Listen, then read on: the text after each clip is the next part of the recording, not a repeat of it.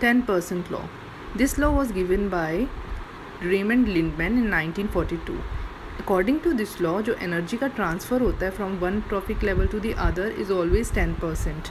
बाकी जो 90% होता है energy that is dissipated in the form of respiration and in the incomplete digestion of the higher trophic level, plus some energy is lost during the transfer process.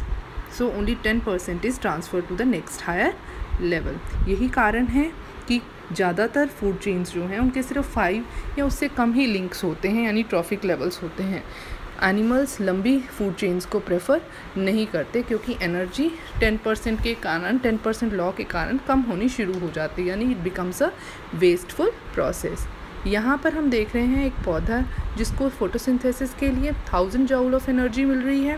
This light energy will be converted to the chemical energy by the plants with the process of photosynthesis. और यहाँ पर 10% law follow नहीं होगा, यानी कि 1000 joule से 1% ही follow होगा. 1% के हिसाब से 10 जूल एनर्जी जो है पौधे को मिलेगी. Next comes the deer. तो यहाँ पर 10% लागू होगा, तो 10 जूल एनर्जी जो है उसका 1 जूल एनर्जी रह जाएगा 10% के अकॉर्डिंगली जो डियर को अवेलेबल होएगी, और लॉइन को अवेलेबल होएगी 0.1 जूल, यानी कि 1 जूल का 10%. तो इस तरह एनर्जी जो है वो 10% लॉ के हिसाब से 10% ही ट्रांसफ़र होगी, और 90% जो होगी that will be dissipated to the और lost in the environment. Biological magnification. As we move to the higher trophic level, certain harmful substances जो नॉन बायोडिग्रेडेबल भी हैं, जैसे मर्करी, DDT, पेस्टिसाइड्स, ये नॉन बायोडिग्रेडेबल सब्सटेंसेस हैं. तो ये ऐसी सब्सटेंसेस हायर ट्रॉफिक लेवल पे जाके एक्यूमुलेट यानी इकट्ठा होना शुरू हो जाती हैं, तो इसे हम बोलते हैं बायोलॉजिकल मैग्नीफिकेशन.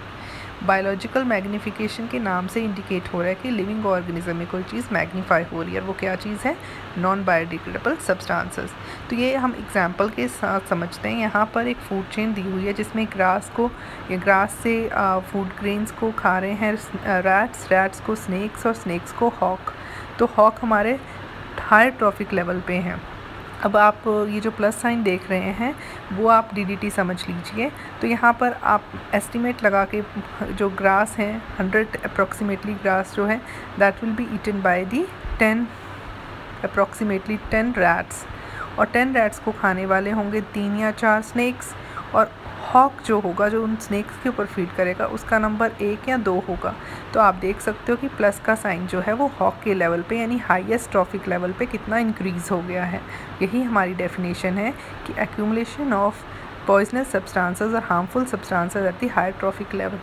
आजकल हमने आम ही सुना हुआ है यूरिक एसिड का एक्यूमुलेशन हो जाना हमारी बॉडी के अंदर. तो यूरिक एसिड ये कहाँ से आता है? ये जो किसान स्प्रे करते हैं, ये स्प्रे जो है यूरिया वगैरह खेतों में डाली जाती है, यहाँ से वो अनाज के अंदर या क्रॉप्स में चली जाती है, और यही अनाज जब हम खाते हैं तो वहाँ से ये हमारी बॉडी में ट्रांसफ़र हो जाती है. So this is also an example of biological magnification.